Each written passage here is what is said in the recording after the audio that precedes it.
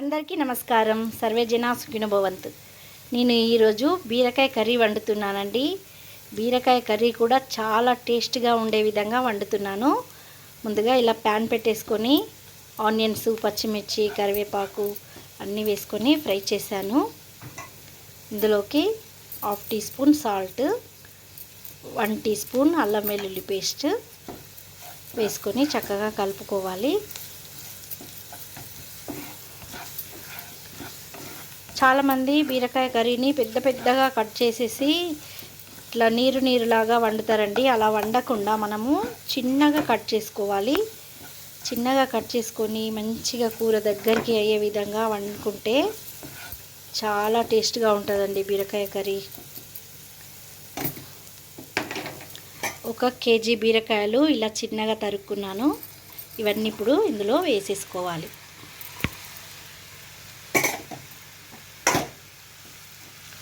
వేసుకొని చక్కగా అన్నీ కలిసేలా కలిపేసుకొని ఒక 5 మినిట్స్ మూత పెట్టేసుకోవాలండి. అందులో వాటర్ వచ్చేసి మంచిగా ఉడుకుతుంటుంది.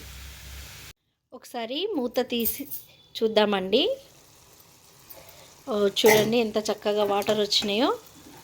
అంత బీరకాయ వేసినా కూడా దగ్గరికి అయిపోయింది. ఇలా వాటర్కు మంచిగా ఉడకాలండి. ఇంకా కాస్త ఉడకాలి. ఇది మూత పెట్టేసి చూద్దామండి ఒకసారి. వావ్, చూడండి ఎంత బాగా దగ్గరికి అయిందో. ఇందులోకి ఇప్పుడు మనము ఉప్పు కారం వేసుకుందాం. 1.5 టీ స్పూన్ కారం పొడి, పచ్చిమిర్చి వేసాను కాబట్టి 1 teaspoon salt, 1 teaspoon ధనియా పొడి. ఇవి చక్కగా కలిసేలాగా కలుపుకోవాలి. ఇంకా మళ్ళీ వాటర్ వస్తాయండి. సాల్ట్ వేసాం కదా, ఇంకా వాటర్ వస్తుంటాయి. మనము కలుపుతూ ఉండాలి కాసేపు కలిసేలాగా. మూత పెట్టేసి ఒక 5 మినిట్స్ ఉడకనివ్వాలి. ఒకసారి మూత తీసి చూద్దామండి బీరకాయ. వావ్, చూడండి చక్కగా నూనె పైకి తేలుతుంది. అంటే కర్రీ దగ్గరికి అయిపోయినట్టేనండి. చూడండి మంచిగా అయింది దగ్గరికి.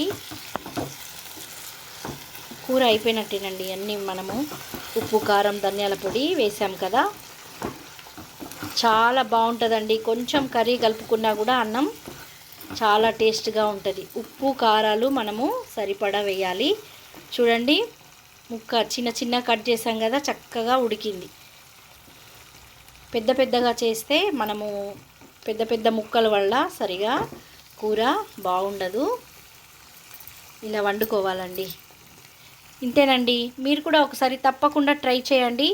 చాలా టేస్ట్గా ఉంటుంది బీరకాయ కర్రీ. లైక్ చేయండి, షేర్ చేయండి. Thank you.